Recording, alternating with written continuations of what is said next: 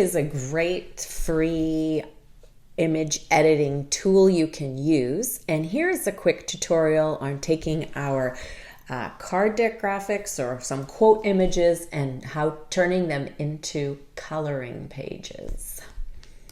All you're going to do is open the file that you are going to be working with, and you want to turn to colorable. You should, if it's a ping, which I've already got it as a ping, I've already got it with the transparency layer, so we're good there. We've got the transparency.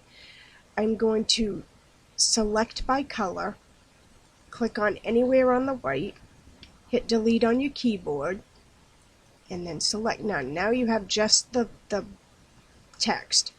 Now you hit colors, go down to invert, and now it's white. Hit color select again, select by color like we've got, click on the white,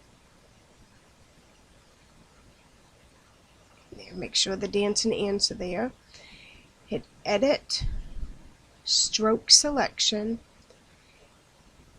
and you can make this any width you want. Obviously I'm going with 10 because when I put this on a coloring page, I want to have this stand out a little bit. So I'll put my image probably with thinner lines so that the text will stand out. But this is just purely to get the text. So we're going to do I'm going to do 10 pixels. Hit stroke. Give it a minute because it does take a second. And then I'm going to hit select none. And you can kind of see the black, but if you really want to see, and I'm going to show you what it looks like, is I'm going to do a new, actually I'm going to go to layer, new layer with the white so I can put that back in the background. And now you can see I have a nice text image that can be now colored. The one thing though with this, I'm going to pop this up to 100%. You can see that this is a bit pixelated.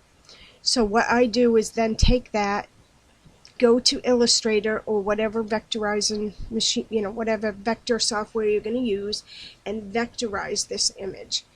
Because, and I will show you, I've done this already, and I'll show you the difference. It makes a really big difference in the outcome. So I'm going to do, I did 2 earlier, so I'm going to open one of them. This is the original that I did earlier at 100%. Oh, I take that back. Maybe this is the one I vectorized. Yeah, I had it backwards. Sorry about that. But this is without the vector. You can see the jaggedness. And then with the vector,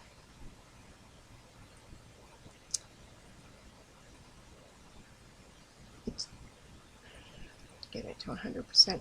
You've got much smoother lines there. Jagged and then smooth. So that makes a big difference when you're making a coloring page. You're going to want the smoother lines because they'll print nice and crisp, and colorists, I should say, they want that nice crisp line. So definitely do your vector. And that's all there is to changing that into a text image that you can now put in a coloring page and add whatever you're going to add and make a colorable image.